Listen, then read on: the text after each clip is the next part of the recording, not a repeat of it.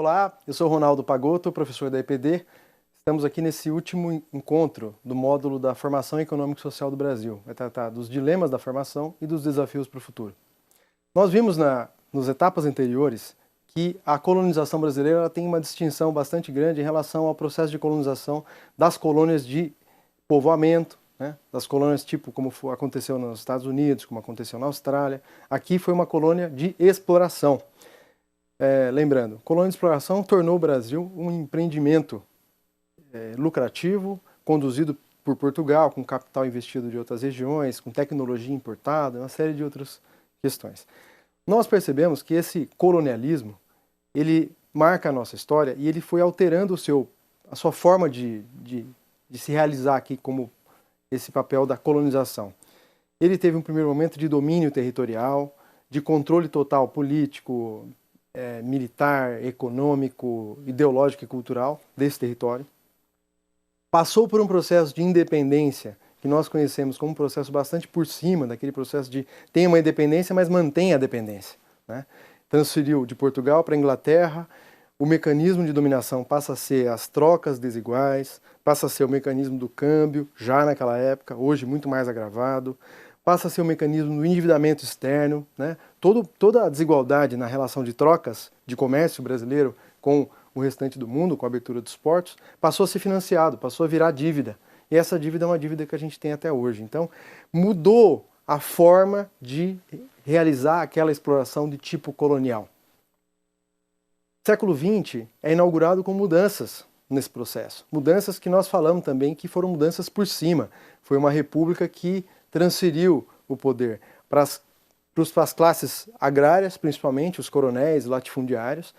Nós tivemos aqui um período daquela República Velha, que é a República do Café com Leite, oscilando entre os dois estados com maior força nesse processo.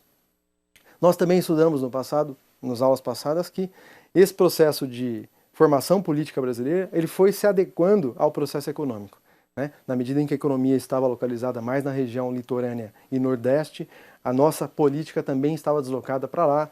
Na medida que houve esse deslocamento para o sudeste, isso aconteceu também com a política, com a centralidade econômica que ganhou essas regiões. Então nós estamos percebendo que a formação econômica brasileira ela é bastante determinante do processo de formação política. Não dá para entrar aqui em todos os detalhes, seria até motivo de uma aula específica, de vários vídeos, para trabalhar só sobre esses temas. Então nós estamos aqui fazendo algumas introduções para que você estude os temas, estude o material complementar que vai ficar na área do aluno. Um debate importante no século XX, lá no começo, naquela transição da Revolução de 30, o Brasil precisa romper com os traços do colonialismo. Esses traços, o que definia? Naquela divisão internacional do trabalho, que é uma tendência do capitalismo industrial, do capitalismo no mundo, dividia as nações com papéis, com vocações, né? O Brasil ficou com um papel, entre aspas, agroexportador. Então, um debate muito importante existiu na sociedade, na década de 30 principalmente, mas se intensificou na década de 40, década de 50, foi um dos grandes debates, como romper com esse traço do atraso no desenvolvimento econômico. Como romper com esse neocolonialismo, que é um colonialismo com uma outra feição, mantendo a dependência, mantendo os traços de superexploração desde fora. Notem, esse debate sobre como superar essa herança colonial se deu nos marcos de, para superar essa herança colonial, seria preciso desenvolver o mercado interno, seria preciso desenvolver uma indústria nacional, seria preciso desenvolver uma indústria nacional e um mercado interno, e para isso seria preciso ter um campo de trabalho assalariado, que esse campo alimentaria o mercado interno. E esse seria um processo endógeno, um processo interno de desenvolvimento. Daí nascem as concepções de industrialização com papel de substituição das importações, que foi um período que durou de 30 até aproximadamente final da década de 70. Esse modelo de substituição das importações visava atingir também um dos traços do colonialismo, que é as trocas desiguais. Nós exportávamos matéria-prima e importávamos os produtos industrializados com um desnível de preço absurdo. Isso gerava o quê? Déficit comercial que resultava em uma série de questões complexas. O principal delas é a dívida, o endividamento externo. Porque isso era preciso que o Brasil tinha dólares, portasse dólares, anteriormente foi outra moeda, para conseguir comprar fora, e isso gerava um desequilíbrio que era garantido pelo Estado brasileiro. Esse processo de industrialização por via da substituição de importações enfrentou o problema do campo, redefinindo o papel do campo. O campo passou a não mais ser aquele campo meramente exportador, mas aquele campo que fornecia duas coisas importantes. O campo devia fornecer mão de obra para a cidade e o campo deveria fornecer os insumos necessários a essa indústria nacional. É nesse período, de 30 em diante, mas principalmente 30, 40 e 50, que há um processo de êxodo rural. O campo, com um problema de concentração da terra, passando por revoltas, passando por processos de insurgência popular, passando por reformas do ponto de vista da estrutura política do Estado, sem enfrentar esses graves problemas, gerou uma modernização baseada no atraso. Qual era a centralidade do campo? E a defesa mais ampla? É a realização de uma reforma agrária e a dividir essa propriedade improdutiva em produtores com interesse em desenvolver o campo. Isso geraria um processo endógeno na economia bastante importante e nos marcos do capitalismo. Nós estamos falando de reforma agrária. Reforma, algo que vai ajustar o modelo. Nós não estamos falando de uma ruptura. Esse é um processo que não foi realizado naquele tempo. As principais razões das crises de 1800 e 1890 e as principais razões das crises de 1930 estão localizadas no problema da concentração agrária. E as transformações realizadas naquele período, a saber, a República e a Revolução de 30, não tocaram nesse problema. Isso é uma questão bastante importante para nós, é um problema agrário brasileiro que persegue a história brasileira até hoje. Muito bem. Essa industrialização, então, redefine o papel do campo. Fornecer mão de obra para a cidade e fornecer insumos para a indústria. O campo, então, passa a sofrer um êxodo. 1920, 1930, mais da metade da população brasileira vivia no campo.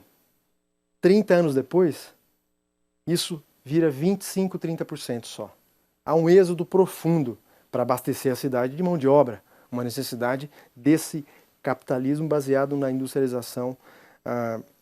Mas é importante também lembrar a vocês que esse debate ganhou muita força com as contribuições, por exemplo, de Celso Furtado. Eu já falei de Caio Prado, que é uma referência importante, vou deixar material para você ler em casa. Mas Celso Furtado tinha um debate que dizia o seguinte: o subdesenvolvimento, esse processo do convívio com o atraso, não é um traço como uma etapa do processo de desenvolvimento. Naquele tempo do capitalismo, o subdesenvolvimento já era uma característica marcante do processo e que tinha uma tendência de manter-se no tempo. Ou seja, a superação do subdesenvolvimento não se daria num processo natural de crescimento da indústria. Por quê? Isso é importante para nós. Nessa fase da década de 40, 50, esse colonialismo ou neocolonialismo, ele já não tem aquele papel de controle territorial. O papel desse neocolonialismo é garantir o fornecimento das matérias-primas. Também isso é um traço lá desde 1500, mas sobretudo esse colonialismo esse país, ele tem que ser um consumidor dessa indústria localizada nos grandes polos da economia mundial. E esse país tem que abrir as suas fronteiras para essa indústria ter liberdade de atuação, para explorar a terra, para extrair matéria-prima, para produzir lá, para escoar a produção lá e para mandar o lucro para fora. Então, isso que o Celso Furtado vai trazer como contribuição. O subdesenvolvimento não é um traço de um período do processo de desenvolvimento, como muitos pensavam. Faz parte do processo. Não. Para ele, isso era uma característica que deveria ser rompida com o processo de indução da industrialização, de constituição de um mercado interno a partir do Estado, a partir de uma construção ampla de um projeto de nação. Essa foi a grande contribuição dele e o grande objeto de disputa, de luta que ele travou, juntamente com Caio Prado e outros, sobre o tema da colonização, da neocolonização. Esse processo gerou um debate intenso na sociedade, a industrialização urbanizou a sociedade brasileira, essa urbanização culminou com um processo de sindicalização crescente já desde a década de 10, mas na década de 30 e 40 isso gerou um processo mais acelerado. E um processo de sindicalização que conduziu fortes mobilizações por direitos, né? Nessa época que se conquista uma série de direitos importantes que a gente tem consignado na nossa CLT. Esse processo de mudanças profundas no nosso Estado para enfrentar os problemas históricos e até seculares foi interrompido em 64. O golpe militar, que foi conduzido por militares e teve apoio de grande parte da burguesia brasileira, evidenciou algumas características dessa classe dominante brasileira. Quem contribui com isso é Florestan Fernandes, um importante intelectual do nosso Brasil que morreu há mais de 10 anos. Florestan Fernandes vai olhar para esse processo do golpe e vai perceber que essa classe dominante brasileira, atrelada a essa estrutura do neocolonialismo, ela tinha uma característica marcante que era uma característica de ser antinacional. Por quê? Nesse processo entre o debate de ter um projeto nacional de desenvolvimento interno capaz de gerar emprego, de gerar mercado interno, de gerar uma riqueza aqui dentro para desenvolver o país, para democratizar o acesso à cultura, o acesso à educação, o acesso ao trabalho e à renda, todas essas questões que são no âmbito de uma democracia ampla, não estamos falando de projetos de ruptura, essa classe dominante optou pelo reatar os seus laços de dependência com a cabeça desse modelo neocolonial do século XX, ali então conduzida pelos Estados Unidos, que buscava redefinir o papel do Brasil como um papel meramente fornecedor de mão de obra barata, de fornecedor de matéria-prima, e um papel que renegava a nossa nação como uma nação de continuar com a exploração. Uma segunda ideia que esse Florestan Fernandes, pensador, vai identificar é que essa classe dominante naquele momento revela um traço da sua característica, que é um traço antidemocrático. Ela, democrático em que sentido? A gente às vezes olha democrático só no ponto de vista da política. Democrático porque as bandeiras que estavam colocadas como a democratização do acesso à terra. A terra é um problema histórico no Brasil, controlada por poucos durante séculos. A reforma agrária proposta ali não era uma reforma agrária que ia causar uma revolução no campo, ia distribuir parte das terras ao longo das estradas federais. Essa classe dominante não aceita esse tipo de processo. Entende isso como um traço de um radicalismo, como se qualquer mudança que trouxesse reformas democráticas tivesse sempre um conteúdo radical, um conteúdo de ruptura. E ela faz uma opção pelo endurecimento, pela repressão a esse processo de mobilização. E uma terceira característica que essa classe dominante tem, naquele processo identificado por Florestan, ela é antipopular. Na medida em que essas bandeiras de enfrentar o problema da fome, o problema do emprego, o problema da educação geral para todos, universalizada, o problema da saúde pública, naquela época, hoje caótico, imagina naquela época, e uma série de problemas estruturais da nossa sociedade, para resolver o problema da pobreza, da extrema pobreza. Se hoje nós ainda somos o país mais desigual do mundo, imagina naquela época. E ela faz uma opção por uma ruptura de atrelamento ao mercado mundial ante as demandas nacionais, populares e democráticas. Esse é um traço. Esse golpe militar, na verdade, foi um golpe militar contra o Brasil. Ele tem uma dupla hélice de funcionamento. A primeira é uma repressão forte aos movimentos sociais e a todo tipo de rebeldia na música, na cultura em forma geral, nas artes de forma geral dentro da cultura, no pensamento filosófico e intelectual, nas instituições, nas organizações de movimentos sociais, nos movimentos culturais, nos movimentos de juventude, enfim, ela promove um endurecimento. A discussão passou a ser com base na repressão somente, não tinha diálogo nem negociação. E o segundo funcionamento desse processo que movimentou a ditadura foi o endividamento externo, quer dizer, é o momento em que o Brasil faz uma apropriação de capital internacional para sustentar esse período de forte repressão. Esse processo dura de 64 até meados da década de 70. Meados da década de 70 porque há uma crise mundial de redução do capital para exportação. Como que o capital exporta? Emprestando, né? Essa redução gera uma atrofia da capacidade do Brasil de manter esse endividamento permanente, que a ditadura agravou, buscando muito recurso para sustentar uma certa estabilidade econômica mínima, e com isso garantir o isolamento e a neutralização dos setores populares mais rebeldes. E esse processo gera, então, uma maior dificuldade de manter aquele processo de crescimento. A ditadura militar visualiza já uma crise econômica. Essa crise foi conhecida como a crise da dívida. em que o Brasil passa a ser cobrado dessa crise, dessa dívida externa anteriormente captada.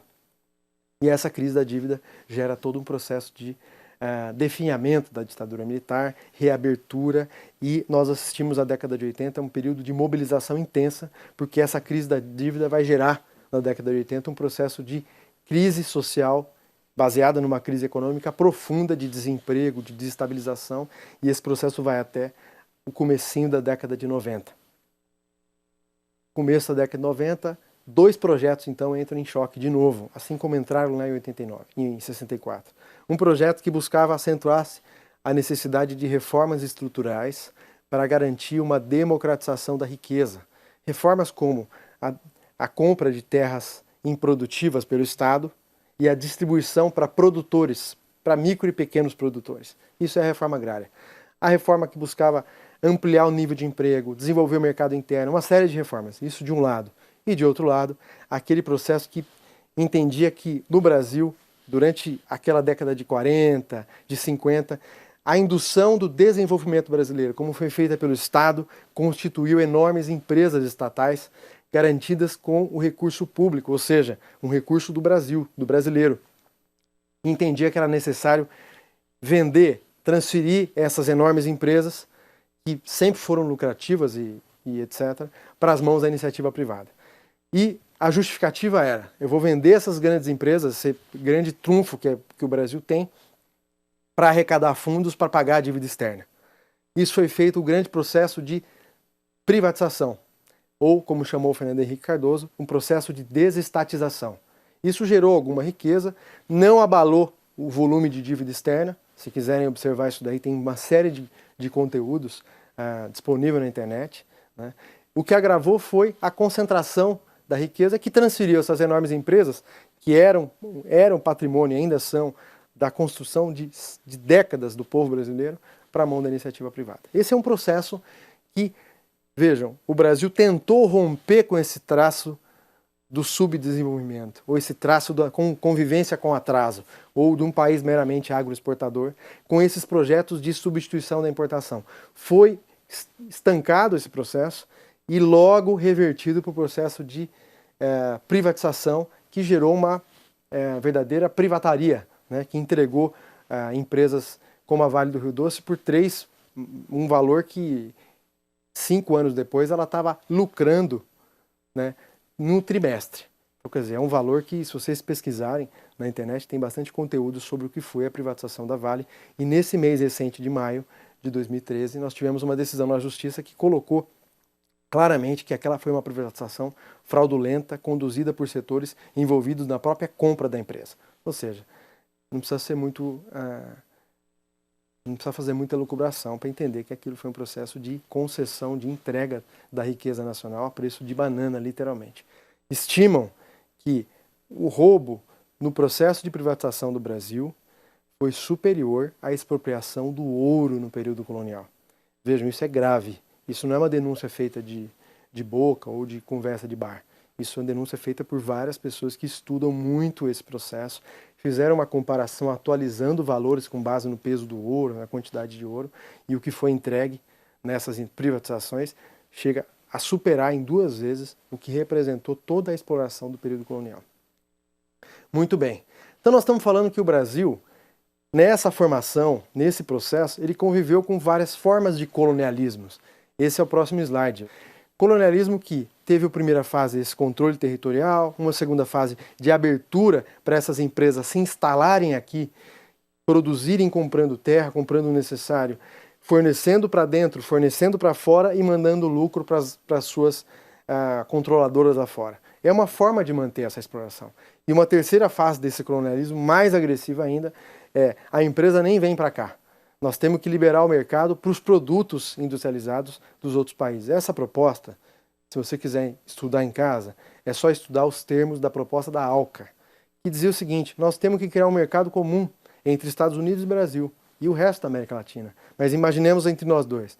E nós vamos disputar. E a indústria vai disputar como? De igual para igual. A melhor indústria vence. O que ia acontecer com a ALCA? A indústria brasileira não teria a condição de competir com a indústria americana. nós íamos virar compradores do produto americano e fornecedores de mão de obra barata e de matéria-prima. E qual é o problema disso? Não desenvolve o mercado local. Se não desenvolve o mercado local, não desenvolve um aquecimento da economia para ter emprego. Se não tem emprego, você também tem uma crise social. É o processo que aconteceu na década de 90. O nível de desemprego no Brasil foi lá nas alturas. Então esse processo é um fracasso no mundo inteiro. Já não é mais o modelo que estão exportando, mas vira e mexe tem algum intelectual propondo essa saída milagrosa para o Brasil, que nada mais é do que uma neocolonização. Uma outra questão desse traço da formação econômica, o peso da herança. O papel do trabalho com esse mercado interno atrofiado, ele sempre foi, um nível de desemprego no Brasil sempre foi altíssimo. E o nível salarial também muito baixo. Quer dizer, se o nível de desemprego está muito alto, os trabalhadores não lutam porque estão ameaçados